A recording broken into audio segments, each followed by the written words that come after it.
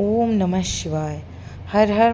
आज मैं आपको एक कहानी सुना रही हूँ जिसका नाम है नीलकंठ महादेव की कथा।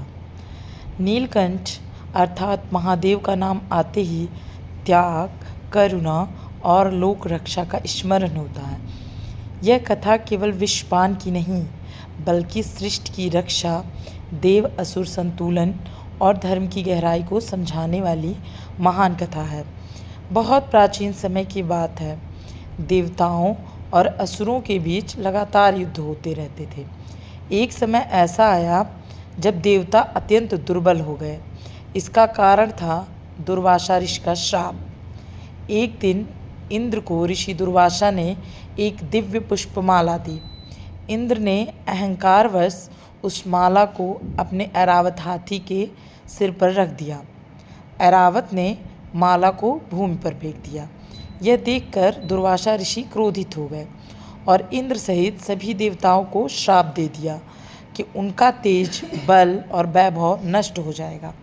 श्राप के प्रभाव से देवता कमजोर हो गए।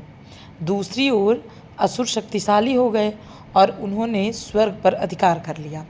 हताश देवता विष्णु भगवान के पास गए। भगवान विष्णु ने उन्हें एक उपाय बताया। समुद्र मंथन करो। क्षीर सागर के मंथन से अमृत निकलेगा जिसे पीकर तुम पुनः अमर और शक्तिशाली हो जाओगे। परंतु समुद्र मंथन अकेले संभव नहीं था, इसलिए देवताओं ने असुरों से संधि की। समुद्र मंथन के लिए माउंट मांद्रा को मथानी बनाया गया और वासुकी नाग को रस्सी। जब मंथन शुरू हुआ तो पर्वत समुद्र में डूबने लगा। तब भगवान विष्णु ने कूर्म अवतार धारण कर अपनी पीठ पर पर्वत को संभाला।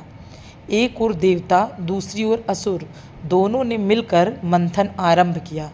समुद्र से एक एक कर अनेक रत्न निकले।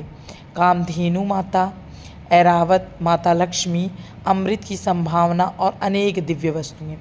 लेकिन अचानक मंथन से निकला भयंकर विष, हलाहल। हलाहल इतना घातक था कि इसकी ज्वाला से तीनों लोग कांप उठे। आकाश में धुआं भर गया, पृथ्वी जलने लगी, नदियाँ उबलने लगी। देवता, असुर, मनुष्य सब भयभीत हो उठे।